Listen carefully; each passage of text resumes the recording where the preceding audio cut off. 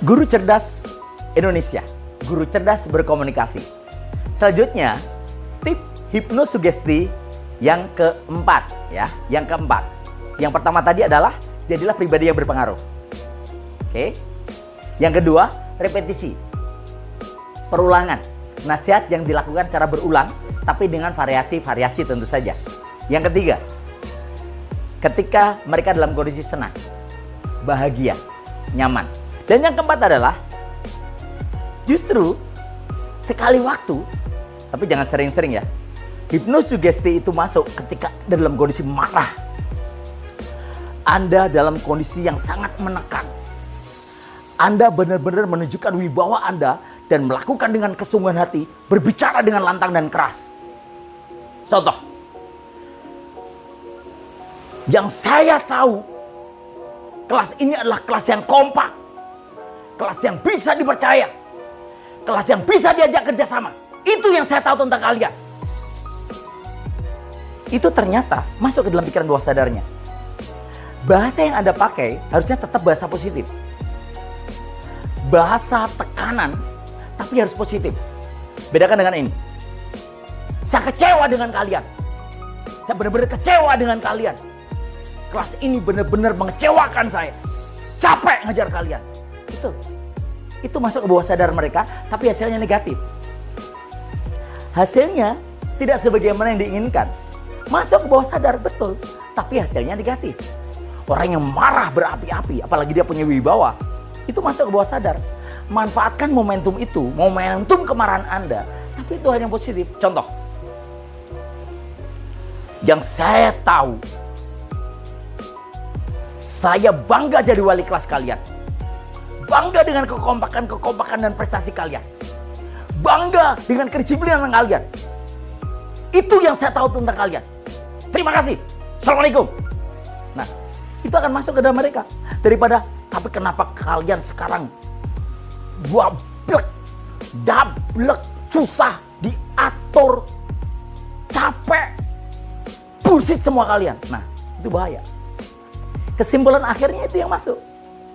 Kebanggaan Anda tidak menjadikan mereka bangkit. Nah, jadi sahabatku sekalian, orang yang berbicara keras, marah, emosi, itu bisa. Bahkan seseorang yang tertekan itu lebih bisa kita masukkan pikiran ke dalam pikiran bawah sadarnya. Ketika orang yang sedih terlalu dalam, itu juga bisa disugesti. Atau orang yang dalam kondisi yang sangat capek banget, itu juga bisa disugesti. Nah, makanya manfaatkanlah momentum-momentum ketika Anda memang mau marah, karena memang harus marah, marahlah dengan marah positif. Kalau Anda memang harus bersuara keras, menunjukkan emosi Anda, emosilah dengan emosi positif. Ingat, ketika Anda adalah orang yang diterima, hati-hati dengan apa yang Anda bicarakan. Karena bisa jadi itu masuk ke dalam pikiran bawah sadarnya. Dulu, ketika saya SMA, ada guru saya yang berkata seperti ini. Yang saya tahu, kamu ini adalah orang yang bisa dicontoh oleh teman-temanmu. Kamu adalah orang yang layak untuk dijadikan panutan. Itu yang saya tahu tentang kamu. Ingat itu. Coba pikir.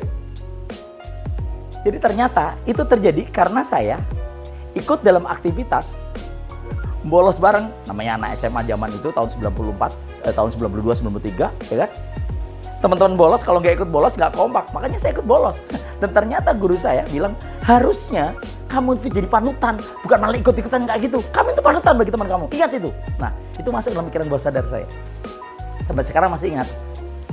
Begitupun ketika guru berbicara seperti ini. Kamu itu orang-orang rajin. Nggak ngerjakan PR itu bukan sifat kamu. Tahu? Kamu itu orang rajin. Itu ingat itu. Yang saya tahu kamu itu rajin. Itu masuk ke dalam pikiran bawah sadar saya. Jadi setelah saat itu saya tidak mau lagi telat PR atau bahkan lupa, alasan lupa tidak mengerjakan PR. Kenapa?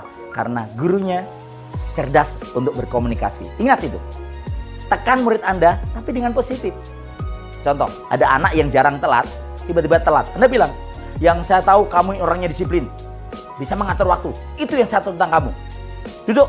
Nah, itu jauh lebih membuat dia bangkit untuk disiplin daripada tuh kan.